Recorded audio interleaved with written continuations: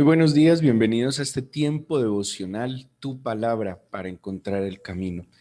Hoy, 15 de abril del 2021, les invito para que sigan con la lectura de la Biblia en un año. Hechos capítulo 5, versículos 1 al 16, Deuteronomio 23 y 24 y Job capítulo 15.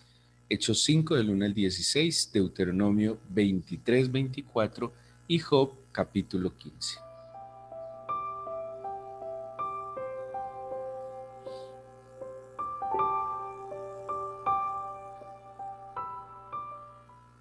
En nuestra meditación continuamos con la lectura del libro de los Hechos de los Apóstoles.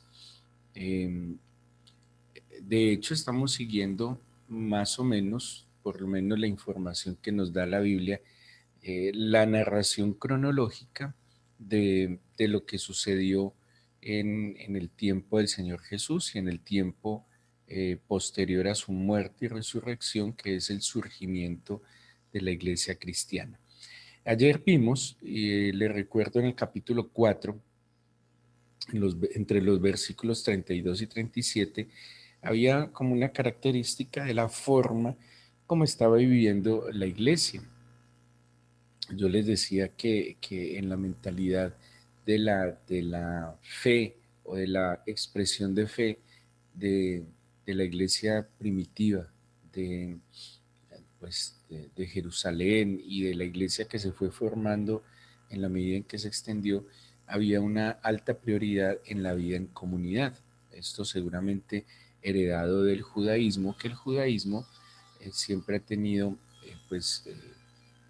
le ha dado mucha importancia a la vida en comunidad.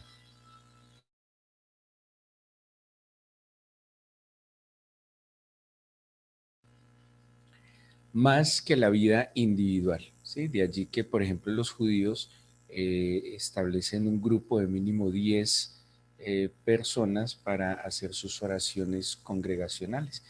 Y, y la vida en comunidad, cuando vemos el libro de los Hechos, vemos la importancia y lo prioritario y también el beneficio que trajo para el crecimiento de la fe de cada uno de los miembros. ¿Qué pasó? ¿Qué veíamos ayer entre los versículos 32 y 37? Que tenían un alma, un corazón, tenían todas las cosas en común y daban testimonio con poder de la resurrección del Señor. Y veíamos en el versículo 34 dice, y en el 35 también, no había entre ellos ningún necesitado. Empezó a haber tal unidad, empezó a haber tal coinonía, tal comunión, que entre los miembros de la iglesia, que es lo que Pablo va a explicar más adelante a los corintios, a los romanos, a los efesios, de cada capacidad que el Espíritu Santo le da al creyente, cada don que el Espíritu Santo le da al creyente, se iba a convertir en un medio a través del cual cada uno aportaba conforme había recibido el Señor. Es como el cuerpo, y Pablo hace esta alegoría con el cuerpo cuando dice que el cuerpo tiene diferentes miembros. Cada miembro tiene una función y que cuando cada miembro cumple esta función, pues hace que el cuerpo bien concertado, el cuerpo bien unido, vaya avanzando hacia el cumplimiento del propósito que el Señor tiene. Y no hay manera, y está muy claro en el Nuevo Testamento, de un adecuado crecimiento, tanto que Pablo a los Efesios les habla de llegar a la perfección de Cristo, y no está hablando de llegar a la perfección de Cristo en un desarrollo individual de la fe. Es necesario la vida en comunidad para crecer. Y así lo dice Pablo, dice hasta que todos lleguemos a la medida y a la estatura de un varón perfecto que es Cristo.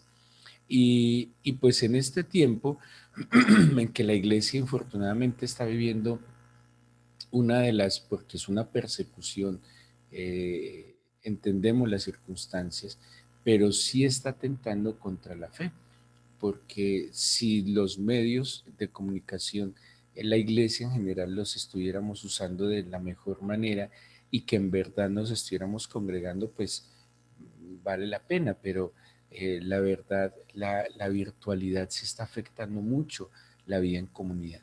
No solo la vida en comunidad de la iglesia, la vida en comunidad y la interacción de las personas como tal.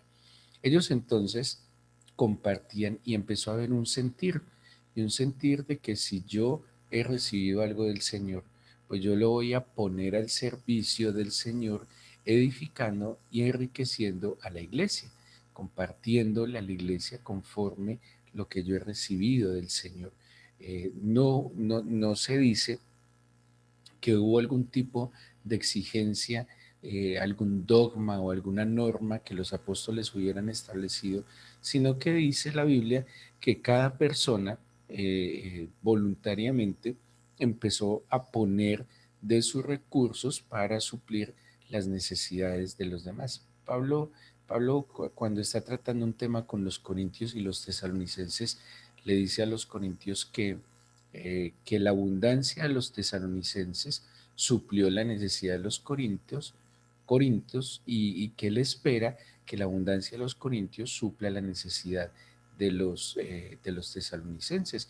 Algo así que eso es como para generar una equidad y para que hubiera pues armonía, para que también hubiera paz. La Biblia dice que el fruto de la justicia es la paz. Y cuando hay equidad, cuando hay justicia, pues hay paz, hay la paz del Señor. Las personas empiezan a tener tal comunión con el Espíritu Santo y tal comunión entre ellos que ellos, cada uno, de manera espontánea y natural, decidieron colocar bajo la administración de los apóstoles sus recursos, recursos totales, ¿sí? Y aclaremos, nunca provino como un dogma o una dirección de los apóstoles, fue un sentir y un parecer que empezó a haber en algunas personas, porque seguramente no en todas, también no todas tenían los mismos recursos para poner bajo la administración de los apóstoles para que ellos pudieran repartir a los necesitados.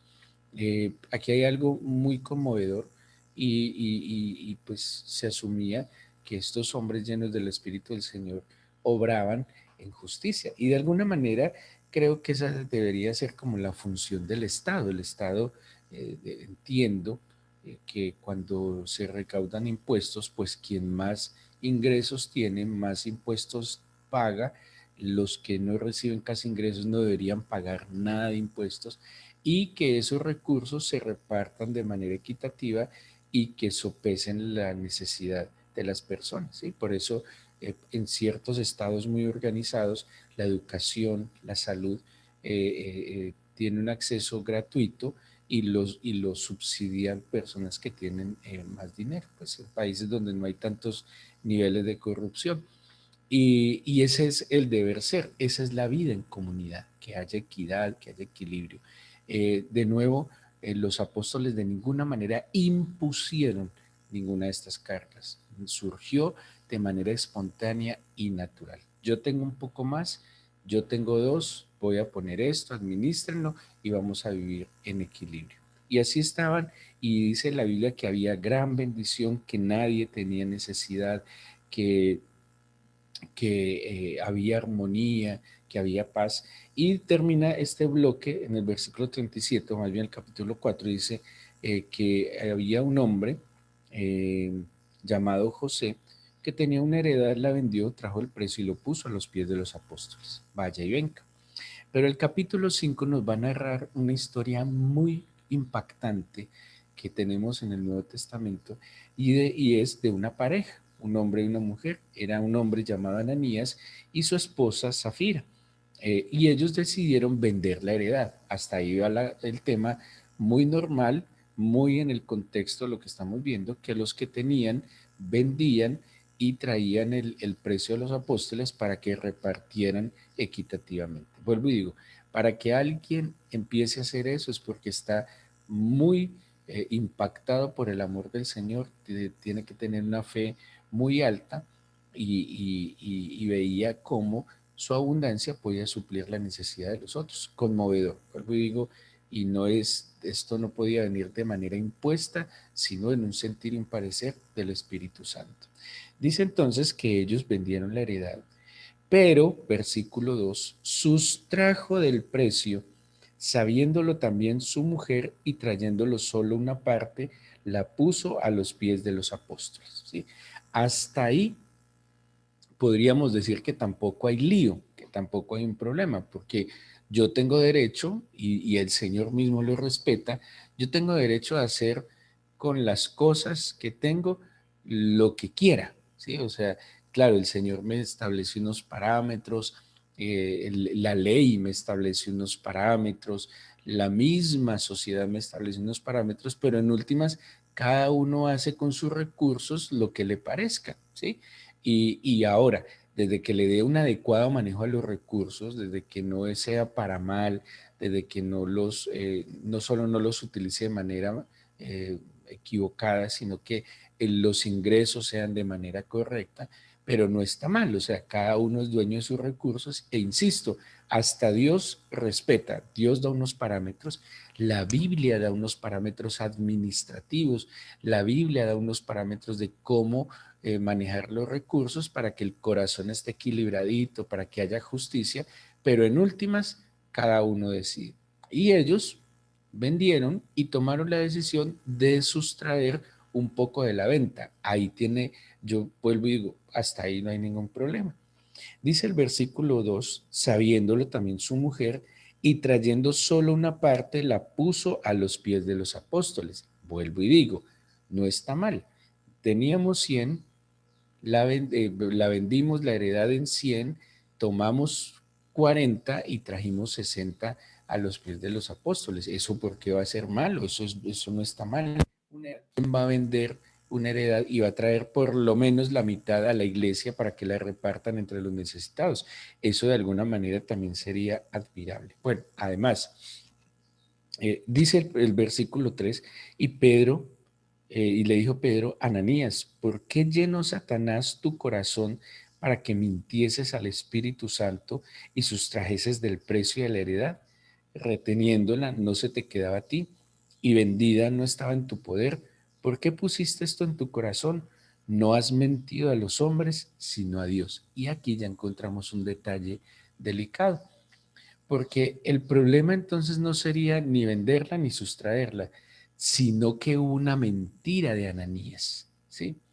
Evidentemente, el Espíritu Santo le tuvo que revelar a Pedro que Ananías seguramente, movido por no sé qué cosa, quiso imitar a José, el que vimos en el versículo 36 y 37, o a otros que empezaron a vender y lo traían todo. Que dijo Ananías, yo no me voy a quedar atrás. Yo como soy, que esa es una falsa y equivocada motivación. Muchas veces personas hacen el bien por no quedarse atrás. Muchas veces se contribuye a ciertas obras por moda, porque otros lo están haciendo y yo no voy a hacer el de menos, ¿sí? Y algo así pareciera que hubo en el corazón de Ananías y Zafira, como que la motivación para dar no fue la motivación de glorificar a Dios, de amar al prójimo, de equilibrar un poco la situación, sino que más bien como esa motivación de que no, pues si todos dan no nos quedemos atrás. Y eso es algo muy peligroso que pasa en la misma iglesia, cuando en la iglesia de pronto la iglesia está desarrollando algún proyecto y se invita a la congregación a que contribuya a este proyecto.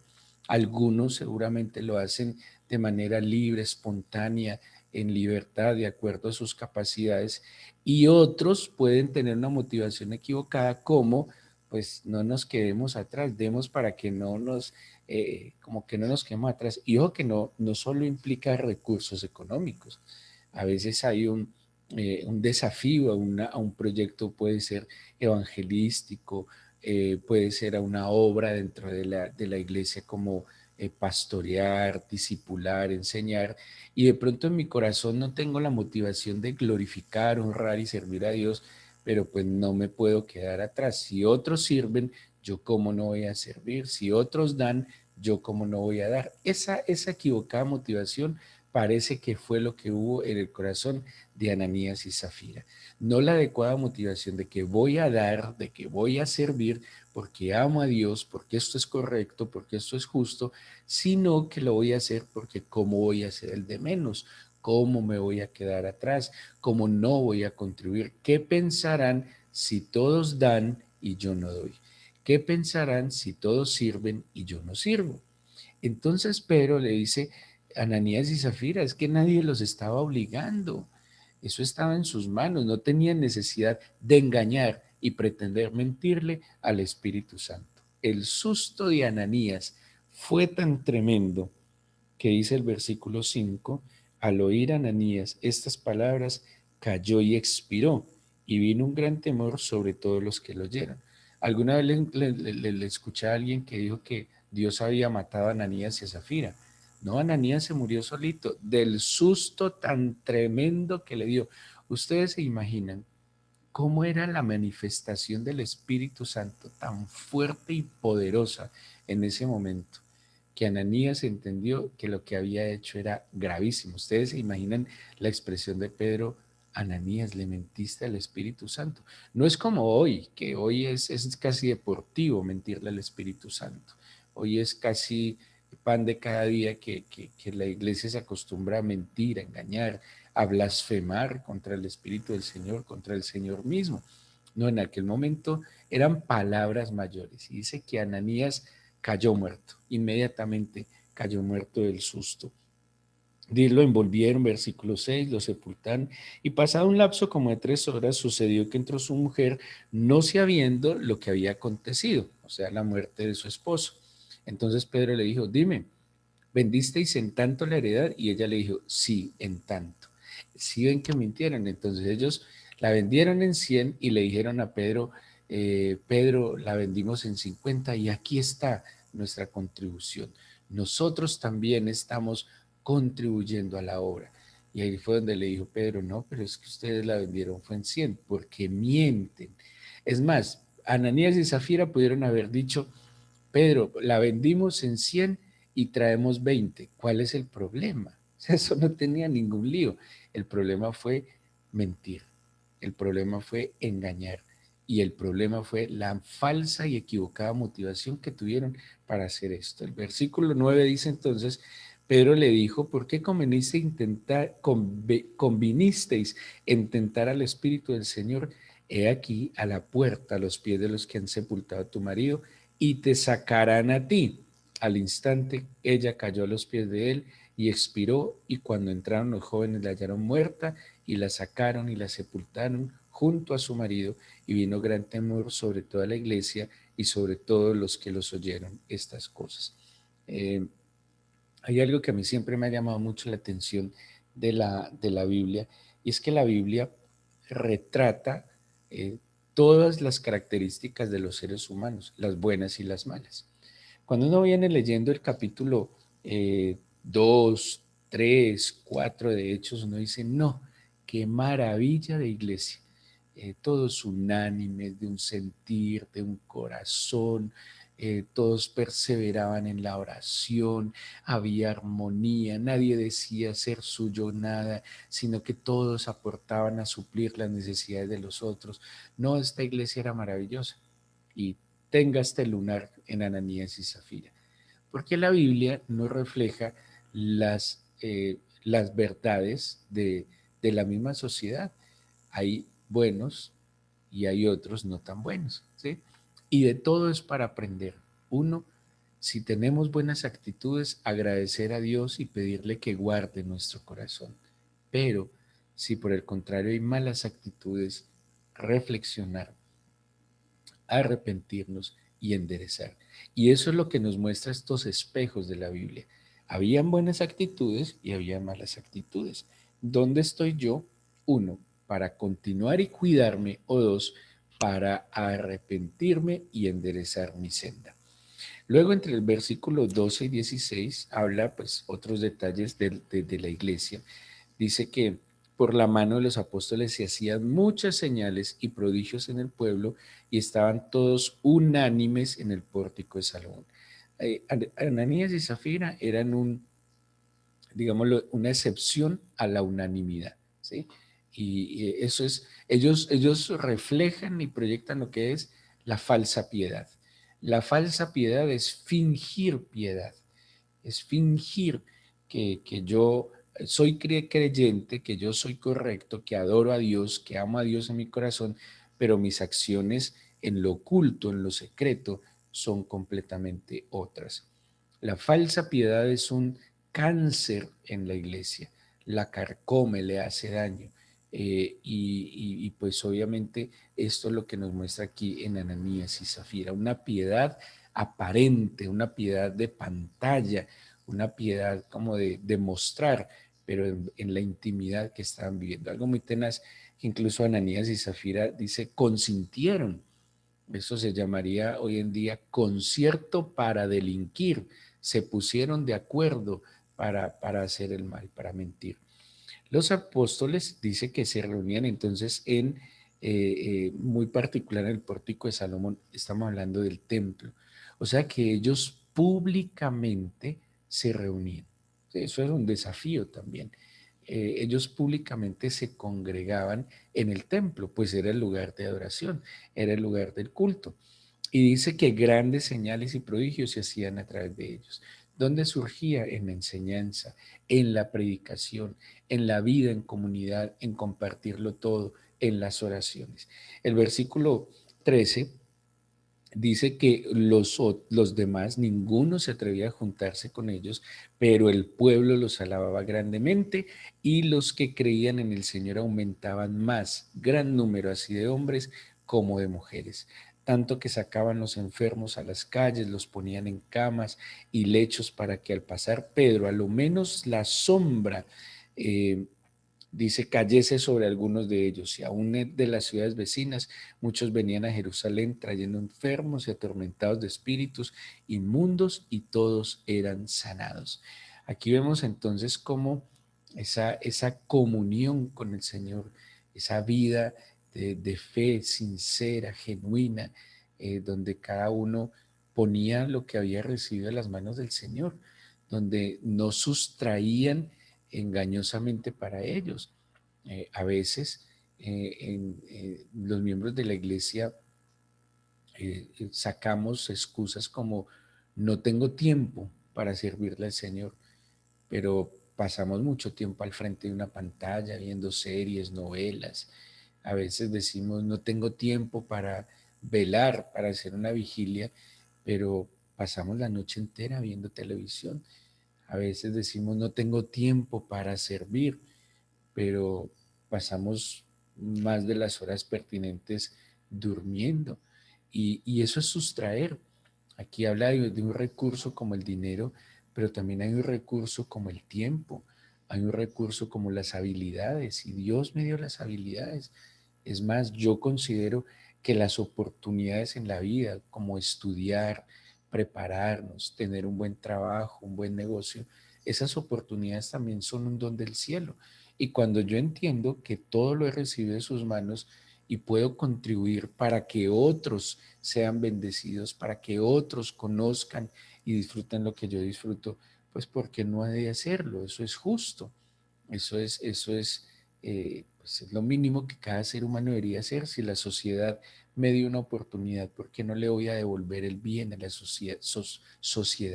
Así que en nuestro corazón no puede haber esa intención que lastimosamente hubo en Ananías y Zafira, sino en la de los otros. Adelante, a congregarnos, a compartir la fe, a influir en nuestro entorno, a, a permitir que en la comunión con el Espíritu Santo y los unos con los otros se manifiesten maravillas del Señor, haya señales, prodigios, sanidades, haya restauración. Que el Señor extienda su mano. Ayer cuando hablábamos de la oración que hicieron los discípulos, ellos le pedían al Señor, extiende tu mano para que se hagan sanidades y señales y prodigios mediante el nombre de tu Santo Hijo Jesús. O sea, eso es lo que Dios va a hacer. Cuando nosotros como decíamos ayer, con determinación, cuando nosotros con libertad de expresión manifestemos las obras del Señor en una vida de testimonio, y el Señor acompañará nuestra fe, nuestra obediencia y nuestra determinación, la acompañará con señales, prodigios y maravillas. El Señor extenderá su mano para restaurar y sanar. Oremos hoy al Señor, entreguémosle este día, pidámosle que nos guarde. Y, y como el Señor mismo en el Antiguo Testamento contra el pueblo de Israel habló, que el temor de Dios no era simplemente un mandamiento de hombres, pero no estaba en el corazón. A veces tomamos las cosas sagradas eh, de manera inadecuada y pasamos de lo sagrado a lo profano de un instante a otro. No distinguimos lo que es sagrado. Como decía el Señor también en el Antiguo Testamento, no disciernen de su mano derecha y su mano izquierda. Y de allí incluso a veces los cristianos hacemos chistes con cosas sagradas. Utilizamos el nombre del Señor y la imagen, no me refiero a una foto, sino a la visión que se tiene del Señor para cosas que no son santas. Y, y aquí nos muestra la Biblia que el Señor, si bien es misericordioso, pues el Señor también sabe y descubre todas las intenciones del corazón. Y nosotros no vemos más la gracia, el poder de Dios, ni los prodigios, ni las maravillas, ni las señales, ni sanidades, ni liberaciones, ni milagros, porque es que el poder de Dios sí se mueve en un ambiente de santidad, porque como dice Isaías, el Señor Santísimo habita en la santidad y habita en aquel que es humilde de corazón, en aquel que se santifica. Y si en mi corazón hay corrupción, si yo sustraigo de lo que el Señor me ha dado para honrarlo, para bendecirlo, para testificar de Él, pues obviamente no vamos a ver señales, prodigios, maravillas. Cuando yo miento, le miento al Señor. Cuando yo engaño, engaño al Señor. Y aquí Pedro le reclama eso a Ananías y a Zafira. No había necesidad de mentir. No hay necesidad de pretender quedar bien. Es mejor decir la verdad, porque el único que conoce y es la verdad es el Señor, y a Él es al que siempre engañamos. Pidámosle al Señor algo. No sé qué tanto sea nuestra oración, pero ¿por qué no pedirle al Señor hoy que nos dé santidad? ¿Cuánto clamamos y oramos por santidad? Por tener un corazón limpio. Si invirtiéramos el clamor que hacemos por el dinero, por el trabajo, por los problemas familiares, por tantas situaciones, y oráramos pidiéndole al Señor que limpie nuestro corazón, que nos santifique, que lave nuestras culpas, que limpie nuestra manera de pensar, que rompa esquemas y paradigmas mentales que nos llevan a mentir, a engañar. Si oráramos más para que la santidad del Señor nos cubra y para que andemos en la luz, para que no sigamos andando como en una pseudo luz, no, en la luz del Señor, seguro que veríamos en nuestra vida más del poder de Dios, porque el escenario perfecto para que toda la majestad, la gloria y el poder de nuestro Padre se manifieste, Él es santo y es sublime, es la santidad. ¿Por qué no le pedimos hoy en el nombre de Jesús? Santifícame, límpiame, perdona cada mala intención de mi corazón, aún en lo que es bueno, que creo que es más delicado. Es mucho más delicado cuando es una obra del Señor, cuando tiene que ver con la salvación de las personas, cuando tiene que ver con la sanidad y restauración de las personas, que yo ponga una mala actitud, que yo tenga una actitud de soberbia, de orgullo, de altivez, de competencia. Señor, perdóname, dígale así, santifícame, Perdóname por muchas veces tomar lo santo y usarlo para lo profano, Señor. Perdóname por anteponer mi ego, mi orgullo y mi soberbia ante tu santidad, tu amor y tu misericordia. Santifícanos individualmente y santifícanos como iglesia, Señor. Por favor, guárdanos como un remanente fiel a ti. Guárdanos como hombres y mujeres de fe, de verdadera fe, que delante de tu presencia y delante de los hombres tengamos una conciencia limpia. No que seamos, Señor, infalibles, porque en la humanidad está el error, pero que seamos conscientes de cada uno de ellos para arrepentirnos y enderezar nuestro caminar. Yo te pido entonces hoy que tu Espíritu nos guíe, que tu Espíritu nos fortalezca, que tu Espíritu nos ampare, nos ilumine y nos permitas caminar de tu mano en verdad y en santidad. Líbranos, Señor, de caer en la tentación. Líbranos de todo mal y peligro, Señor, en este día. Te lo pedimos en el nombre de Jesús. Amén.